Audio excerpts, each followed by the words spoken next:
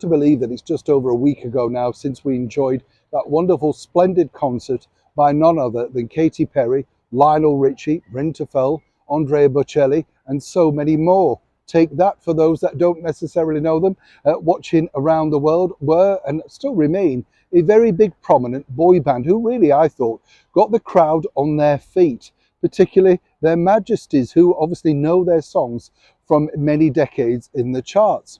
But it's strange, isn't it? Because prior to that concert coming to fruition, it was all about whether the BBC would give certain countries rights, what rights would they give them, and more importantly, a lot of people were deriding the actual lineup, the lineup of the concert.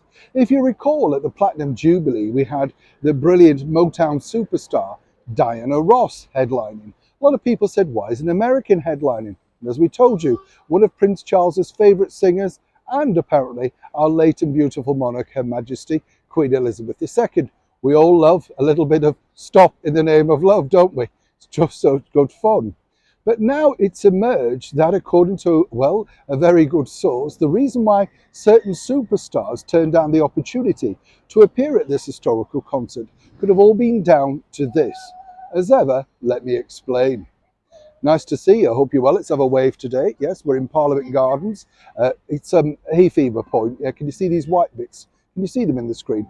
Floating around. I'm not sure what they're called, but they're just everywhere in the air. It's playing havoc with my watering eyes, let me tell you. I know, just wanted to share that with you. Back as ever to your Royal Entertainment story of the day. You see, we were promised, weren't we, people originally, if you like the Spice Girls, Ed Sheeran, so many other big names, Adele. And then, of course, suddenly they were all too busy. But according to a very good source, you see, part of the problem was the BBC were not offering any fees to appear on the concert. They were putting it on as part of BBC Studios. Now, on this one particular rare occasion, I would take the side of the BBC.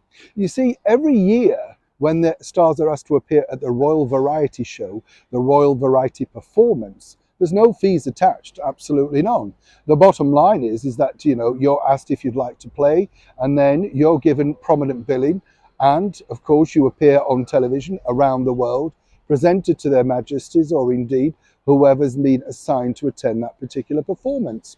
Now, it's strange to think, isn't it? Because as we've seen, many stars are already multi-millionaires. They don't need the money. But in the case of Ed Sheeran, he's kind of got the royal seal of approval. Many pictures, of course, with the Queen and the Prince and Princess of Wales.